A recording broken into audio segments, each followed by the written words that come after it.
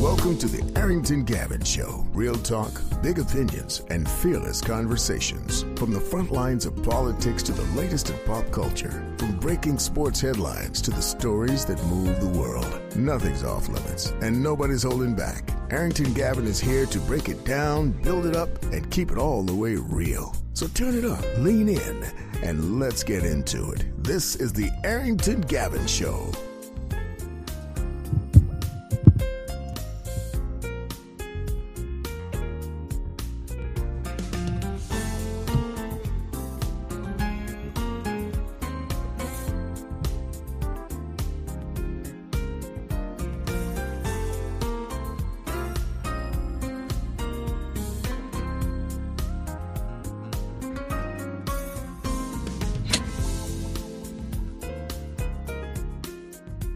What is going on, my friends? What is happening? What is happening? Welcome to the Arrington Gavin Show, your go-to spot for sharp insights, bold opinions, and unfiltered takes on the biggest stories of the day. Whether it's politics, sports, pop culture, or the latest buzz, look, as always, we're diving deep and keeping it real. So do me a favor, please kick back, stay informed, and get ready to join the conversation. On today's conversation, my friends, we're going to talk some politics. We're going to talk some pop culture, and we are going to talk about some news happening in HBCU at a very historic HBCU, where folks are not too thrilled on a finalist that, and most likely will be the next president of the university, and I'll explain why a lot of folks are having issues with that later on in the program. But I would like to start this show by talking about the issues happening in the Democratic Party. We see it firsthand. How can I put it? The rebuilding of might be a fallen party.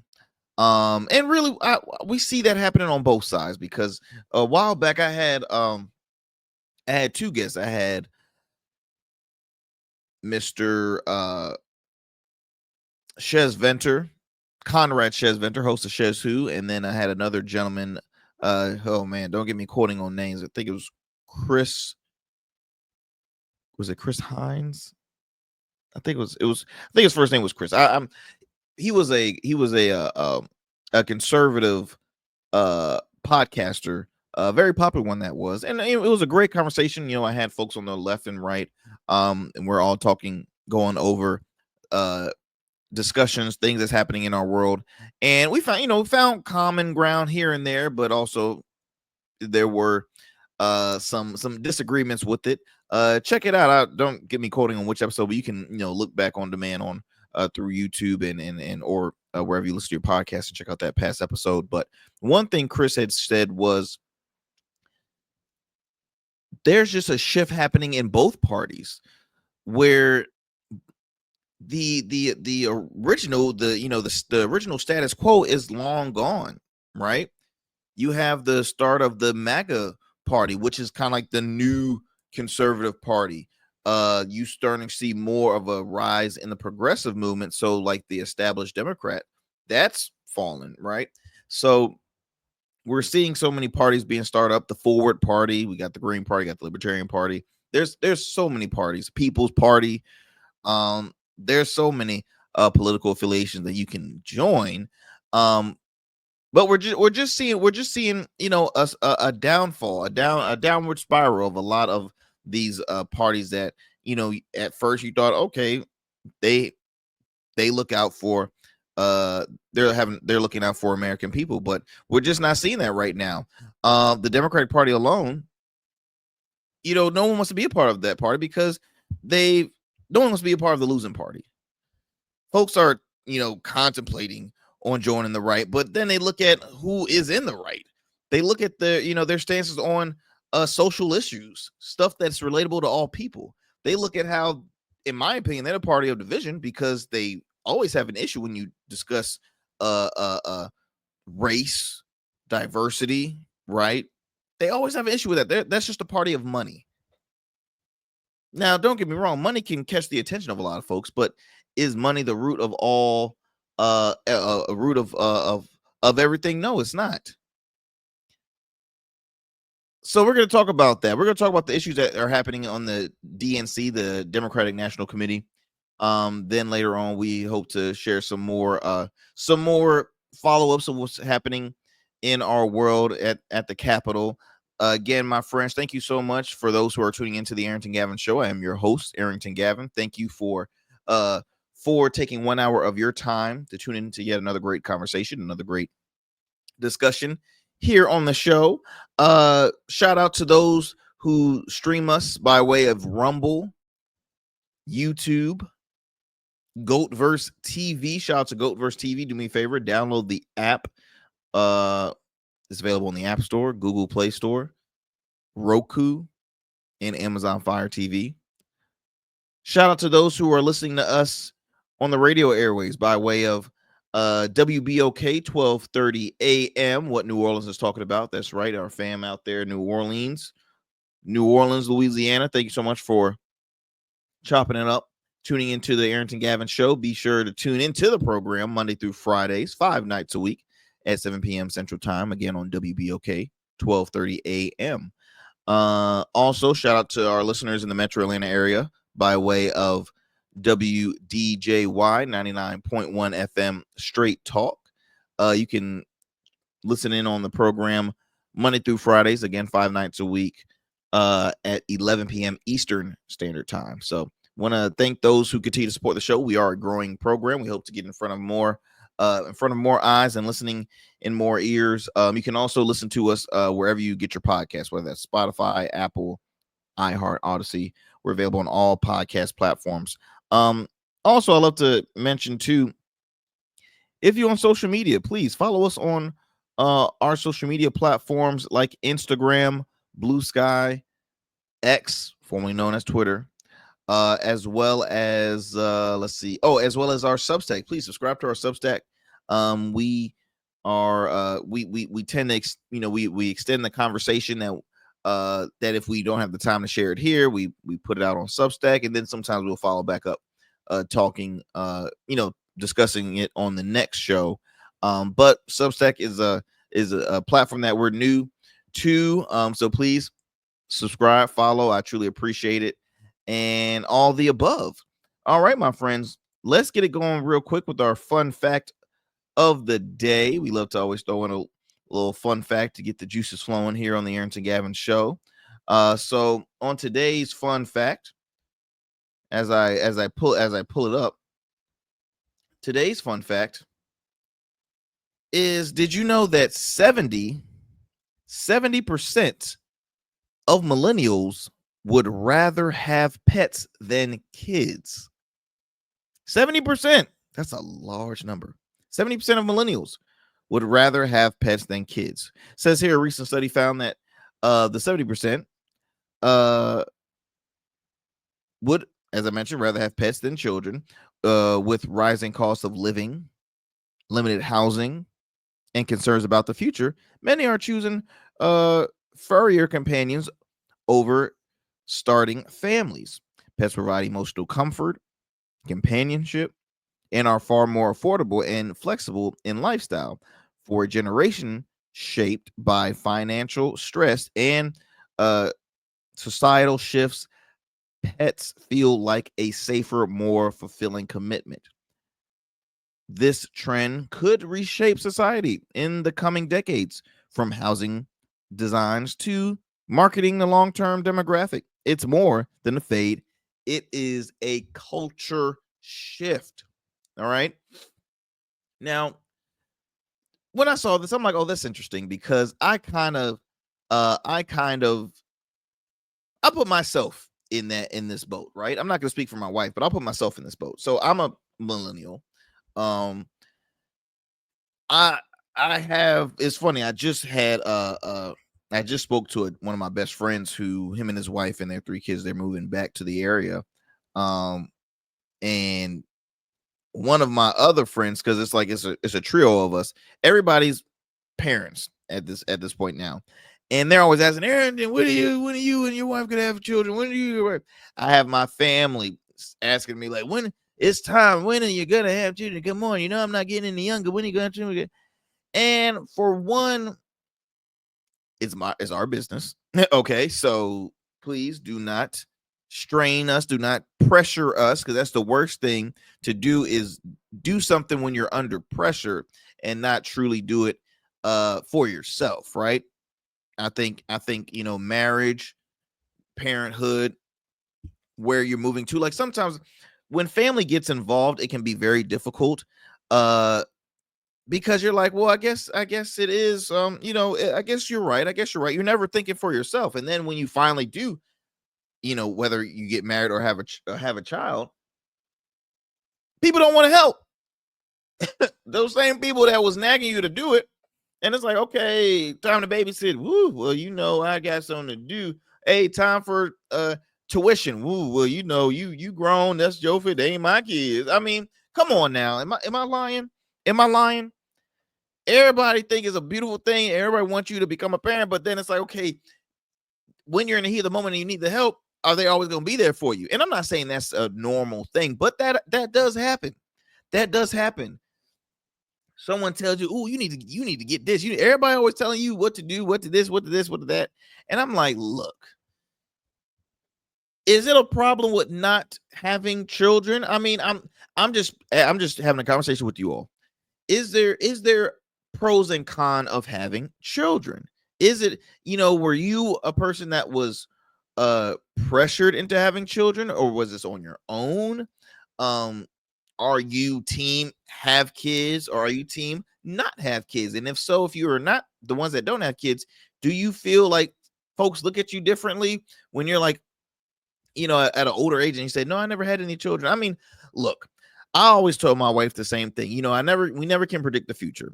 Obviously, we've had the conversations on having children, but right now in our life, we're focused on our careers. We're focused on making sure we can financially afford children, because kids are a huge responsibility. Like, we have a dog.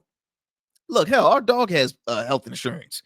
Our dog has grooming appointments. When we travel, sometimes we gotta take our dog to a doggy hotel, right? He has a little daycare. Like, it's a lot right there for us just with that one dog. So I'm like, okay, we have a human being. Woo, that's even more. And now I'm the person that's gonna be, my wife and I, we're leaders. We're teaching them, okay, what is right, what is wrong, this and that and the other. Like, that is going to be a lot. You hear me? A lot. And it's just it's I am more, I would speak again. I'll speak for myself. I'm more of an uncle type. I love kids. I'm fun. I'm a kid at heart myself. But when it's time for certain things, I'm like, oh, go to your mama, go to your daddy. I'm your uncle. I'm the one that don't have any rules. I'm the one that, the stuff that they say you can't have, I give it to you. You know what I mean? Like, you can't have this candy. Oh, just here, have it. You don't spoil your dinner here. Just have this. You know what I mean? I'm that fun guy. I think they call him a funkle. I'm the fun uncle. And so that's much easier. But I am noticing, because they're right. They're right. I mentioned about the financial side, because it is very expensive to, now, if you're in a home that's, say, a 2-bedroom home, okay, you're adding a third person, most likely you're gonna outgrow that 2-person home, and you have to move it on up. When it comes to schools, right, clothes, doctor's appointments, it's a lot of stuff. Like, I commend all my friends and family who are parents, especially like I said, I have one of my best friends has 3 kids. Another one of my best friends is him and his wife are welcoming their first. Let's see here. Yeah, we have friends that are multiple friends that are parents, and it's just like, whew, I start panicking. The top of my head starts sweating. Got to clean up my throat. Throat a little dry. It's a lot. It's a lot. Let's see. What else do they mention? Financial stress.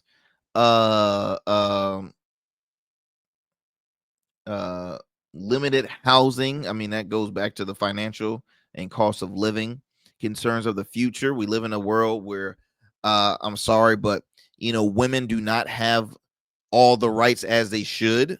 Okay, they don't have the right to do this and that. We're living in a very divisive world. Cultures are separate. It's a lot. It's a lot happening right now, and I can understand folks been saying, I really don't know if I want to have kids, at least in this next presidential term, right? During under this Trump administration. I don't know if you want to have children, but it's a lot. It's a lot. It is a lot. But I just thought that was interesting because literally I was having a conversation with the family member and they were just interrogating me like, when is enough? You never gonna know until you have it. I'm like, what kind of sense is in me? You never gonna know until you eventually have, like, yeah, it's a lot. But as I mentioned, y'all, because I like to be honest and truthful with you all, we're all family here. I'm not saying no to parenthood, to fatherhood. I'm just saying, let me take my time. Like, I'm 30 right now. I'm 30. A lot of folks are, I know folks that will have their kids, in their early 20s or, mid 20s. Some folks have, it was funny. I met a lady not too long ago. She's welcoming her first child at age 40, but she was telling me how, nope, I want to make sure I finished my master's. I opened my business. We got our first home. Like, I wanted to make sure we had this covered before I welcome in a child. And she doesn't look 40. I'll say that. But like, a lot of women will be like, oh no, I ain't getting my at 40. No. And then there's some folks that just want to continue to have multiple babies. I mean, well, they can't have got the funds to afford it, but Nick Cannon's out here popping babies like, no, there's no tomorrow. Okay. So again, that's just me. That's just me on that case. But that was our fun fact today. I know that was a little lengthy, but hey, I thought that was an interesting one I wanted to share with you all here on the Arrington Gavin Show. So what we're going to do now, my friends, we're going to take a quick commercial break. Do not go anywhere. We have a lot more show for you here on the Arrington Gavin Show. We'll be right back after these commercial breaks. Every man has a story to tell. Your ambitions, your achievements, your legacy. Your suit should reflect that story, crafted precisely, designed for impact, and tailored exclusively for you. We work with only the finest fabrics, luxurious wools, silk, linen, and blends from world-renowned mills in Italy, the UK, and India. These fabrics are the foundation of custom suits that exude elegance and stand the test of time. But a suit isn't just about fabric, it's about fit, and it's about confidence, and it all starts with you. When you work with me, you'll receive a personalized consultation, whether in person or over Zoom. Together, we'll explore your vision and discuss your needs, and we're going to bring your ideas to life. My journey as a designer includes apprenticing under New York-based designer Clavon Leonard, showcasing collections at New York Fashion Week, Algeria Fashion Week, and the prestigious Baltimore Met Gala. That experience is what we bring to every suit we create, from weddings to corporate events and everything in between. We specialize in crafting one-of-a-kind suits for life's most significant moments. Dapper Luke has been recognized as one of Baltimore's best menswear in 2023, and I was honored to be one of the 10 designers selected for the prestigious Baltimore Met Gala. With over 900 satisfied clients, we proudly serve Virginia Beach and Baltimore, bringing world-class designs to these incredible communities. We don't just make suits, we craft confidence. Your suit will fit your body, your style, and it will tell your story. Book your free online personal consultation today. Visit www.dapperluke.com. Jazera Learning Institute, LLC, is a hybrid learning center that strives to educate adults and children in all fields. During the day, we offer programs that are focused on developing students from pre-K to 12th grade, which includes tutoring, homeschool co-op, an after-school program, SAT, ACT prep, and many more engaging academic programs. Our adult education programs include workforce trainings, GED prep, life coaching, various seminars, and many more. Our vision is to train and educate in a positive way that will lead to a positive change in the world, one person at a time. For more information, visit us online at jazeranlearninginstitute.com or call us at 757-208-7407. Order your beard care products with Rugged Evolution. We're your local beard care line that supports the maintenance of your full, mature beard. Our line includes conditioning shampoos, moisturizers, balms, oils, shaving lotions, and exfoliating soaps. These products moisturize, hydrate, nourish, and have all the natural ingredients for a healthy beard. Log on to our website or download our app to place your orders. Become a man of distinction with Rugged Evolution Beard Care. And remember, rugged is the new smooth. My friends, welcome back to the Arrington Gavin Show. I'm your host, Arrington Gavin. Look, let's talk about this Democratic Party right now. Let's talk about the DNC specifically. David Hogg, 25 years old, probably one of the youngest elected for vice chair, has been raising a lot of noise lately. It's all started off as when he came out sharing that he was going to, there's $20 million that he was going to invest in primary challengers and not the incumbents. And a lot of Democratic leadership, those who just have a higher position, those who are still, currently serving, and just again, the establishment was so what? They were like, so what is he talking about? James Carville, longtime Democratic strategist, called the man a twerp and just really bashed him, right? Was very critical of him. They eventually both went on a podcast, kind of had the back and forth thing. And listen, I've been very honest with you all. I do think that there should be some form of a cleanup within the Democratic Party. Look, at the end of the day, y'all lost. So obviously you want to figure out, okay, how can we get to a level of winning? How can we get a level of, succeed? How can we get to a level of being earn the folks' trust, earn the Democratic voters' trust, earn those who really are either undecided and or left leaning? Like, how can we earn their trust back? Because that's one thing, they're losing trust, which you don't want to do that. You don't want to be a losing party and also not be trusted. Come on now. So let me kind of backtrack a little bit. So DNC panel opens the door to removing David Hogg from his national post. This is reported by Politico. Says here that the Democratic National Committee recently recommended a new election for the post held by Vice Chair David Hogg. They recommended a new election, all right, whose efforts to challenge asleep at the wheel Democrats, what he said, sparked a firestorm in the National Party.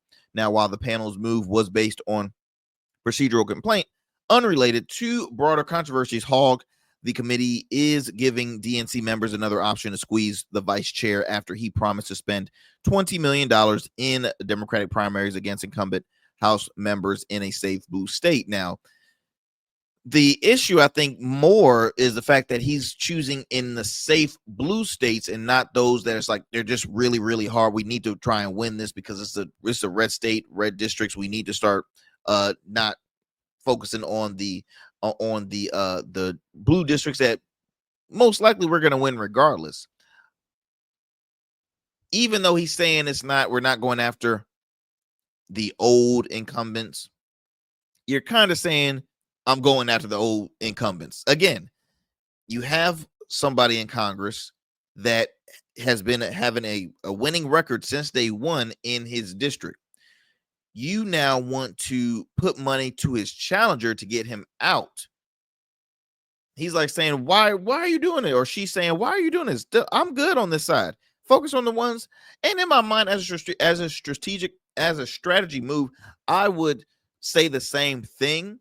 But I guess I'm just so team out with the old, in with the new at this moment. I'm tired of seeing same old folks. I'm tired of seeing just again, I'm tired of seeing old folks in office. Now, to not sound like a hypocrite, to play devil's advocate against myself, it's like saying, okay, so what are you going to do about it, right? If you dislike all the old folks that are in Congress and in the Senate right now, well, guess what? People have to run in order to get them out.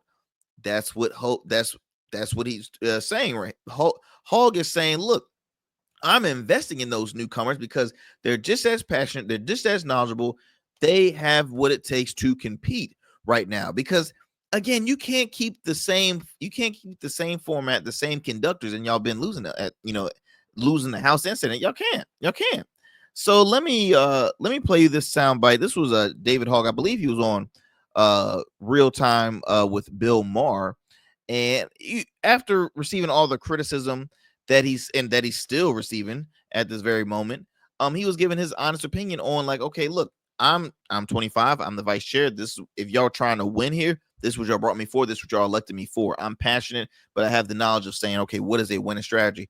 And this is basically what he had to say to those who were against his new strategy as far as investing in the primary challengers and not the incumbents.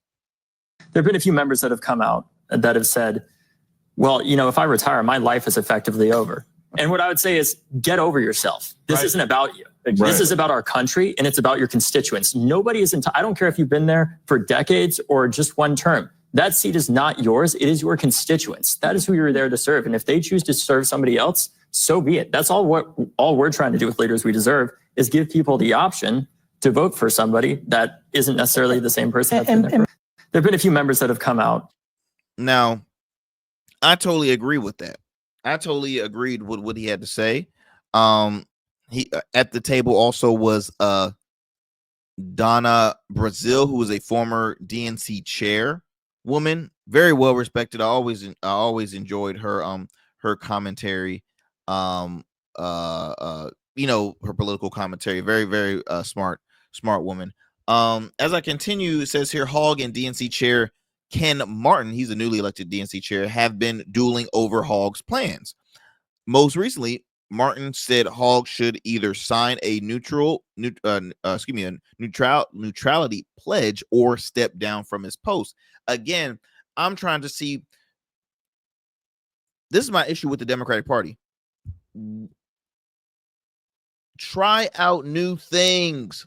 Y'all are losing. Y'all have nothing to lose at this point. The man didn't say he's going to invest in all primary child. He just said, look, I'm going to, if there's some selective folks who I think will be a right pick to build this party up, let's invest. You're not going to, the party cannot be built off of folks' average age is 78 to 85 years old. There is the only young people, you have a small handful of young people that I don't even think is 40. But the majority, they've been in there since God knows when. I'm sorry, Nancy Pelosi. I'm sorry, Maxine Waters. I'm sorry, James Clyburn, Chuck Schumer. All right, these cats are up there in age, and they always wanna shun somebody that, hey, I don't think that's gonna work, because you got one guy that's trying to be more bipartisan. That's John Fetterman. Now, again, I go back to strategy.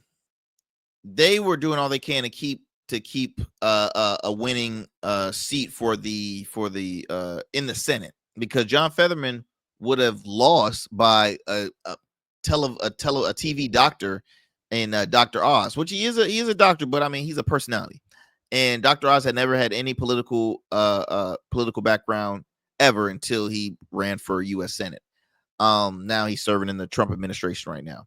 But Fetterman won after having a stroke, and we've all watched the debate between him and Mehmet Oz. He was struggling, but hey, the Democratic Party supported him. Now they're trying to shun him. They're trying to say, nah, he don't be agreeing with us like he's supposed to. Like, he don't look. I always love outspoken people. I really do.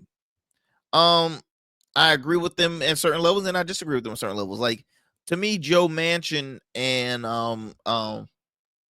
Kristen Sinema, they did hold up bills that would have been beneficial to folks. And to me, I'm like, okay, what are y'all doing, right? What are y'all doing? And they got shunned. I mean, and now both of them are independents. They left the Democratic Party. Now both of them are independents. Says here that the Democratic Committee heard a complaint that alleged the body bungled into own rules. Bungled into own rules when Hogg and Malcolm Kenyatta were elected as vice chairs. All right. So it's not just Hogg, it's also Malcolm Kenyatta. To move forward, the full national body would have to sign off on the resolutions the committee approved. Now, if it does, it would call for a new election for the two vice chairs, for the few vice chairs posts in question, and therefore would remove Hogg and Kenyatta from their posts. In a statement, Hogg said it's impossible to ignore the broader context of my work to reform the party, which loomed large over this vote. Again, reform the party. That's where they were brought in, right? Okay. Now, the DNC, he says here, the DNC has pledged to remove me, and this vote has provided an avenue to fast track that effort. In a thread on X, Kenyatta said he is pissed that this challenge was successful, while also swiping at the media and Hogg for misrepresenting the DNC's panel decision. Kenyatta wrote, the Credentials Committee believed, as they stated, that they are remending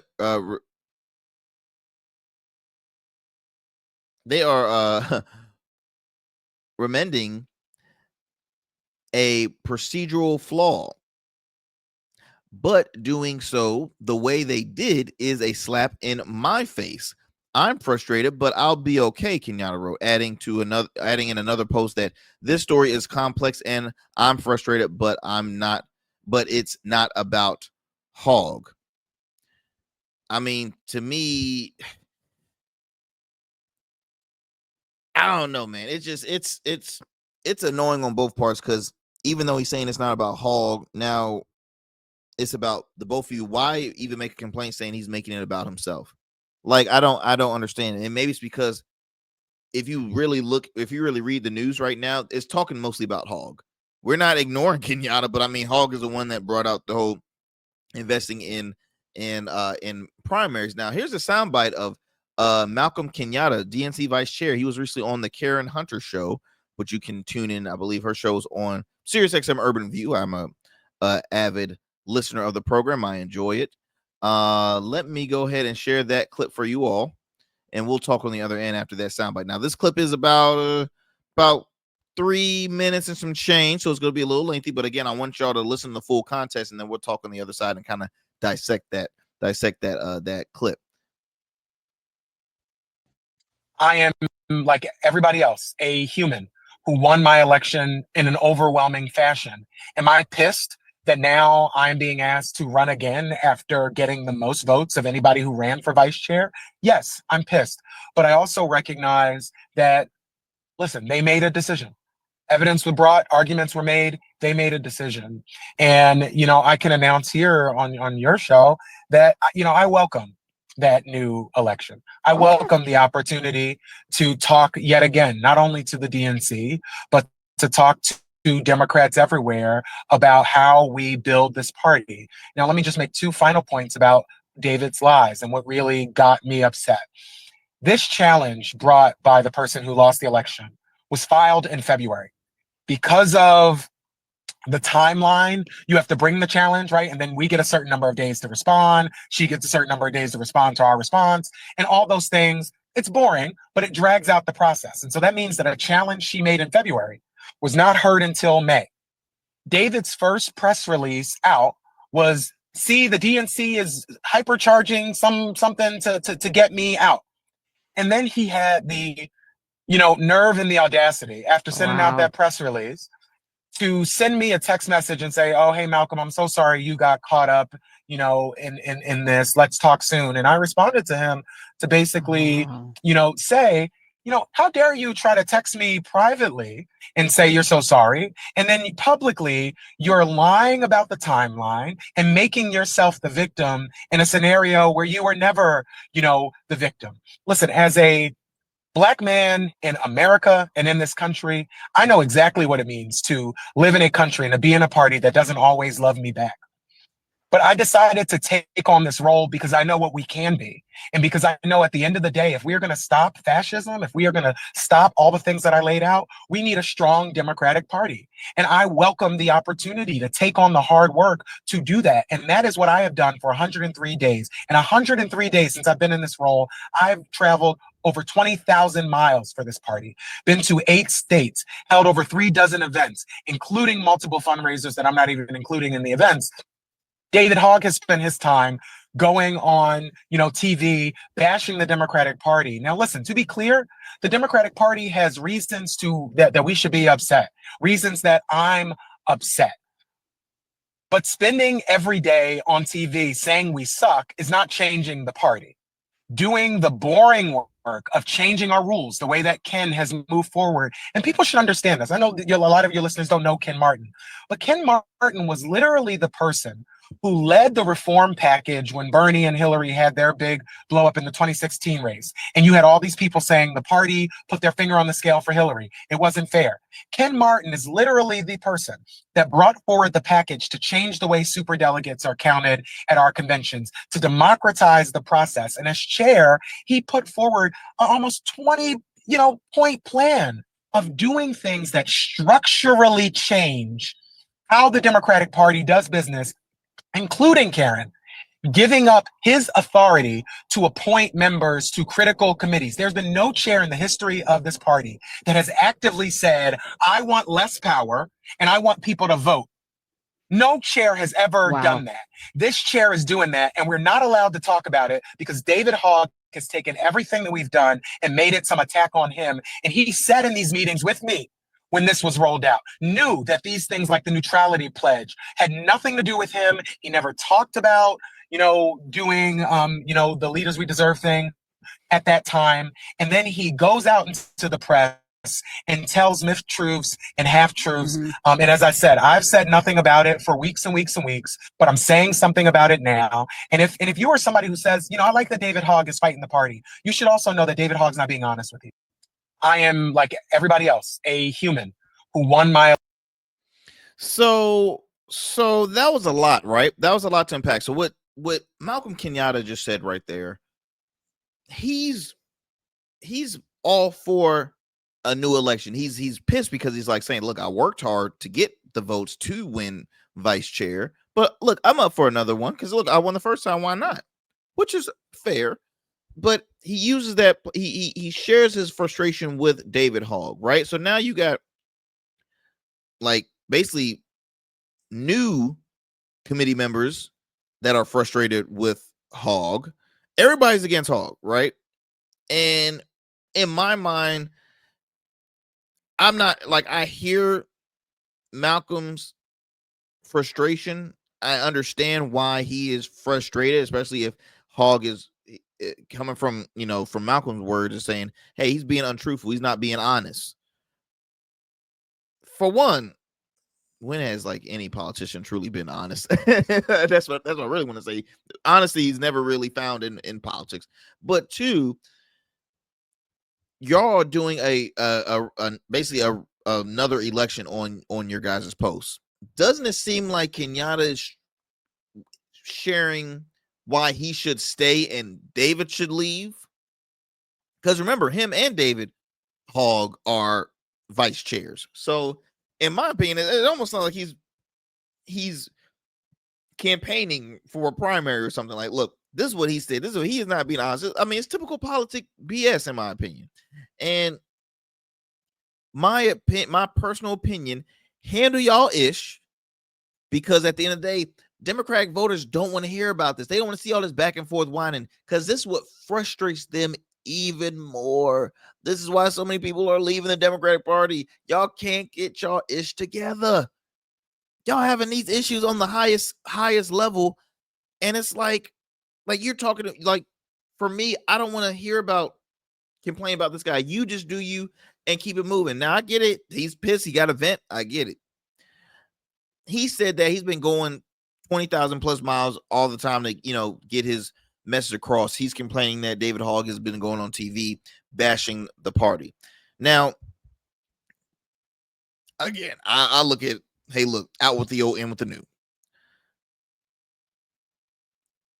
TV gets you, in front of a lot of eyes, right? Going grassroots also gets you in front of a lot of faces. But which one works better? I'm gonna just say I'm assuming TV is just a little easier because, hey, look, everybody's always watching TV, and you can really get in front of a variety of folks from there. He says that David Hogg is making about himself. Now, I don't know. I'm different. I'm looking at it differently. I see it differently. I see it as somebody that said, look, I'm slightly going against the grain. I'm slightly going against the party on this because most loyal party members will continue to back their incumbents. This guy's saying, I want new faces. He's trying to do a cleanup. He's trying to do a purge. And the DNC is not happy about that. They've shared publicly that they're not happy about that.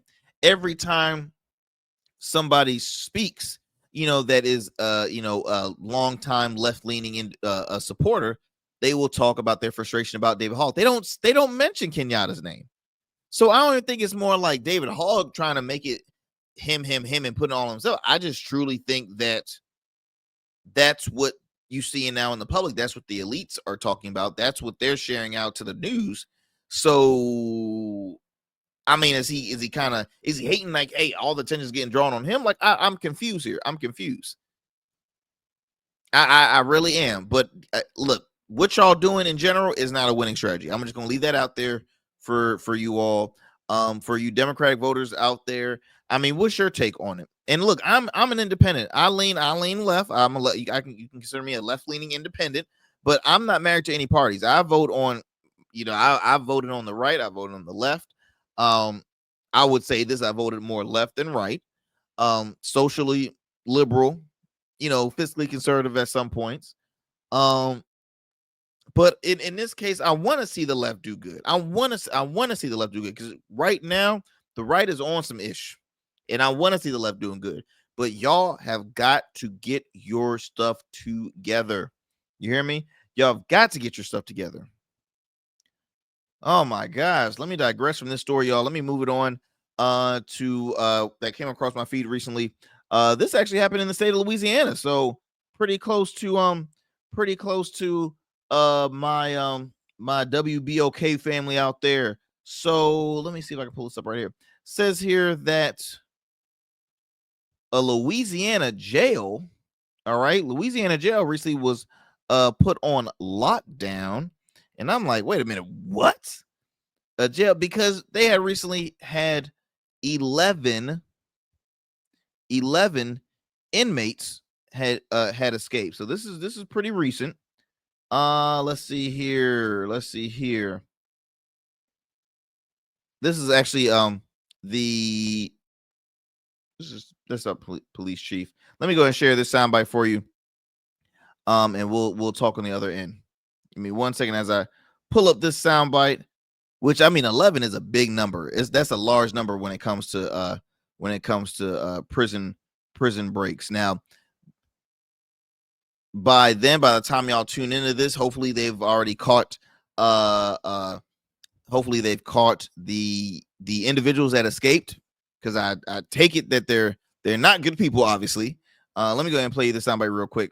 I believe this is from the sheriff over in the New Orleans area. Let me go play this and we'll talk on the other end. Earlier today, the Orleans Parish Sheriff's Office discovered that multiple incarcerated individuals escaped from custody. What we know right now is that during a routine head count at 8:30 this morning, it was determined that several detainees were unaccounted for. Immediately upon discovery, OPSO activated emergency protocols and launched a coordinated response to locate and return these individuals to custody. We are actively working with local, state, and federal law enforcement agencies in a full-scale search operation. While we are in the process of confirming specific details and identities, we are urging the public to remain alert. If you see anything suspicious or have any information that may assist in locating these escapees, please contact law enforcement immediately. We're going to give you some contact information. Do not engage or approach these subjects. Man, so again, hopefully by the time y'all tune in, they have had some follow-up, some that they have at least caught. Because this came across my feed, and I'm like, wait, what? They're on a scale 11. Come on now, that's a large number right there. Let's go ahead, my friends. We're gonna take a quick commercial break. Don't go anywhere. We have a lot more show for you here on the Arrington Gavin Show. When we come back, I gotta talk about this, man. So, some news happening at at a well-known historically Black university, FAMU. And then if I have a little time at the end, I'll discuss some hogwash happening in the Trump administration. What else is new, y'all? What else is new? But don't go anywhere, my friends. You are listening to the Arrington Gavin Show. We'll be right back after these commercial breaks. What's up, y'all? Welcome to. And we still in traffic. Don't look familiar, do I? Not in this seat. Hey, what's that you listening to? Here to host today. Hey, turn it up. Yeah, that's that new Goat Verse app. I got you. So y'all want to know where the goats are? They're off on the sidelines. Looking for fresh, relevant content wherever you go? What was the name of that he said? Introducing Goatverse TV. Goatverse, that's what it's called. The free streaming app that brings you the best podcasts, current events, and thought-provoking opinions all in one place. Download it now from the Apple Store or Play Store. In Goats, we trust. All right, family. I mentioned that last one was a quick commercial. Welcome back to the Arrington Gavin Show. Look, next up on our timeline here, we want to share. So Florida A&M, the Rattlers, FAMU. Shout out to FAMU. My best friend. He's like a brother to me. His mother is a FAMU grad, and she loves her Rattlers, man. Loves her Rattlers. And I remember as kids we caught a few of the FAMU football games from time to time. But this was shared recently. Marva Johnson is named FAMU's 13th president after Board of Trustees vote. Now, public outcry has been shared. Says here, they have been receiving pushback since really the during the process of her being a candidate. After a continuous presidential search, the FAMU Board of Trustees met recently to vote and select Marva Johnson, one of the 4 finalists who were in the running, as frustrations have run high in the past few weeks leading up to the board's decision. In an 8-4 vote among board members, did not support Johnson, but instead voted for FAMU's executive vice president and chief operating officer, Donald Palm, who was alluded by many of one of the finalists were Chair Kristen Harper, as well as Belvin Perry Jr., Craig Reed, and FAMU student body president Zelia Bryant. Trustee Natalia Figures was one of the only members who was absent during the vote. Now, while Johnson currently serves as a group vice president of the internet and cable TV company Charter Communications, she is now the second woman in FAMU history to be named president of the historic Black College and Universities FAMU, with other being FAMU's 11th president, Elmira Magnum, who served from 2014 to 2016. Now, the selection, it says here, of Johnson's to serve FAMU's new leader has come after former President Larry Johnson stepped down last year in the aftermath of a major gift mishandling, which led to interim President Timothy Beard stepping in to serve in the role for the as president. Now, I don't know if y'all recall, and if this is the gift that I'm thinking about, some guy had gifted during a graduation like this. I'm gonna just say it was like $100 million or something. It was huge. It was this huge. Well, I won't say 100, but it was a large. It was in the millions. It was a large contribution that ended up being fake, and the guy was fraud. Like no one knew who this guy was, but they took that money, right? So that was obviously a big no-no under the recent president's watch. But to kind of go back on to kind of backtrack, Johnson, she's a Winter Garden native, endured a heating presidential candidacy where she was being heavily criticized by many FAMU students, alum, and others who believe she was far right-wing political tie, or has far right-wing political ties that would put the university in danger and lack of experience due to her background outside of the academia. Now, look, Florida is Trump country. is Trump and DeSantis country. It is the reddest of the red state out there. You got, I mentioned before, I'll backtrack. You got Texas, you got Tennessee, and you got Florida. And Florida is red. All the conservatives, public figures, talk show hosts, you name it, moving to Florida. They're building studios out there in Florida. Florida is where it's at for them.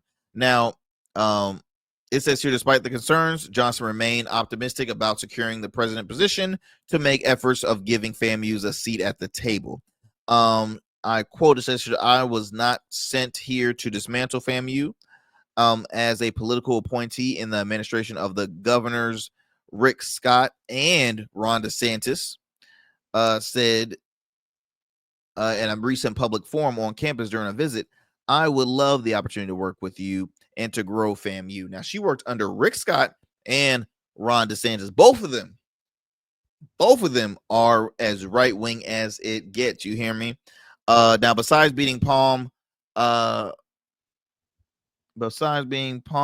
was the board's pick over University of Maryland Eastern Shore provost and vice president for academic affairs Rondo Allen, and the University of Central Florida senior vice president of administration and finance Gerald Hector. Says here that let's see.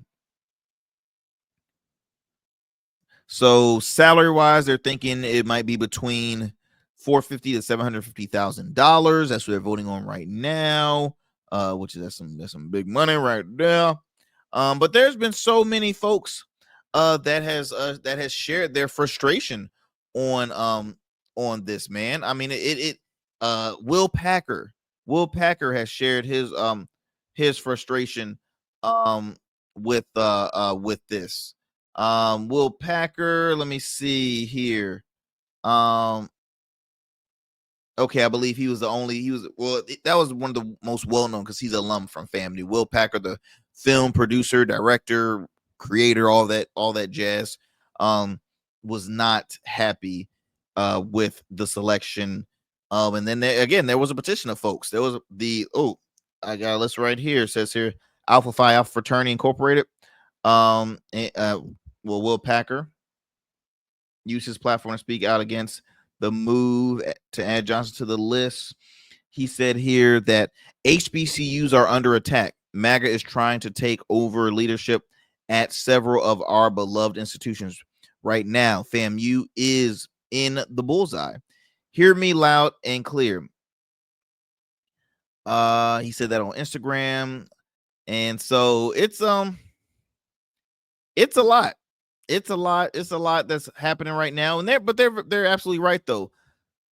Florida was the first to take away African American studies in their universities, colleges and universities. Now you would think, and that's one of the main reasons why a lot of HBCUs and not HBCUs, a lot of black fraternities and sororities are avoiding having conferences in the state of Florida. I think the NAACP or the National Urban League was having a conversation. They said, no, we're not doing it in Florida. Like, it is intense right now. So the fact that, you have a right wing supporter who has worked with, the current governor and previous governor before him, and she's now going to be leading an HBCU, it's going to be sad. And I'm curious to see how this would turn out for her. I'm curious to see if you will see some changes that will be done at the university. I'm wondering if you would see some walkouts during some graduations or during any public events where she's speaking. I mean, I'm curious. I'm really curious to see how that's gonna turn out for her. Lastly, my friends, I want to share this news. I'm looking at my time. I think I have about 4-ish minutes left. A gentleman by the name of, what the hell is his name? Russell Vought was recently named he's going to be replacing Elon Musk in charge of Doge, right? In charge of head of government efficiency. a lot of folks are frustrated because they're like saying, "Oh wait, who is this Russell Vogt guy? Right? Who the hell is this guy?" So apparently he's the man behind the mastermind behind the Project 2025. Yeah, that Project 2025, the one that basically says, "Hey, if you're a minority, if you're a female, well, guess what? You ain't gonna have no rights after this project. After this list, it ain't gonna be good for you, because it is truly a book of ideas to try and go back, if you know what I mean. It's reported by The Guardian, says here that Russell Vogt's years-long quest to dismantle the federal workforce and consolidate power for the president is coming to fruition. And he may be given a major boost when he reportedly takes on Elon Musk's cost-cutting efforts as billionaire blows out of the federal government, which this whole government efficiency thing is bullcrap, because I'm seeing so many underfunded schools not receiving the funding because you're seeing federal funding being taken out of Department of Education. You're seeing lack of funding at HBCU schools. You're seeing lack of funding when it comes to your Medicaid and Medicare.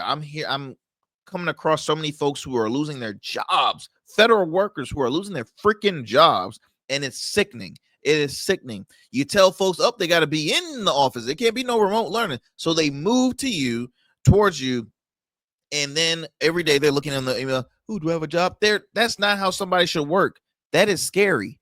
And so now I'm hearing folks getting laid off. You put in what, 6 years? You got to go. You put in 30 years, you got to go. Like, it's sad where you give people these ultimatums and they're like, well, we're going to take this money out. But we're going to continue to keep Elon Musk happy and keep him fully funded. I mean, it's BS to the max. Says here that the director of the Office Management and Budget has worked alongside Musk's Department of Government Efficiency to slash through the federal government since Trump took office. Now, Wall Street Journal reported this, that Vogt would take on an increased public role in Washington as Musk transitions out and the president's budget process advances. The outlet reported that Vogt could use the budget process to make some of the Doge cuts permanent. Vogt embraces Christian nationalism and is more I cannot say that word to save my life. Ideologically driven than Musk. Okay, he knows more intimately how to use the levers of government to enact his goals.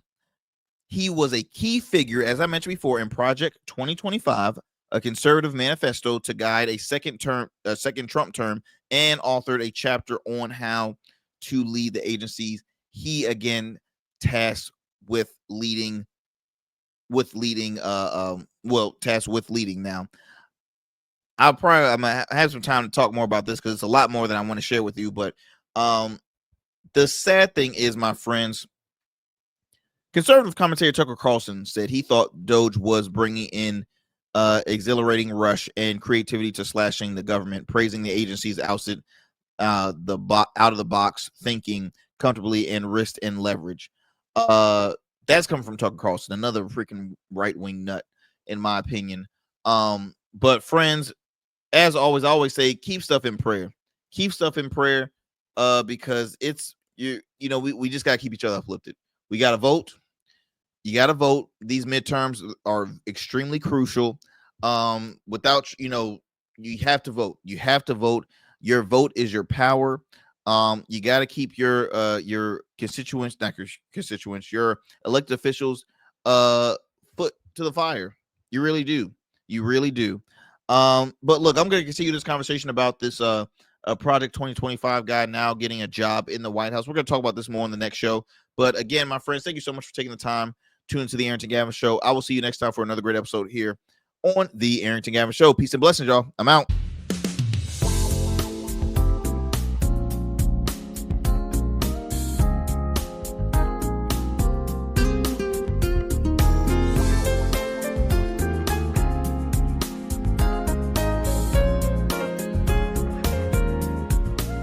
That's it for tonight on the Arrington Gavin Gavin Show. Thanks for tapping in and keeping the conversation alive. Don't forget, stay connected with us on all platforms. Follow at Arrington Gavin on Instagram, Blue Sky, and X, and subscribe to the official Substack for exclusive takes and deep dives you won't get anywhere else. We're here every weeknight, same time, same energy, same real talk. Until next time, stay bold, stay sharp, and stay true.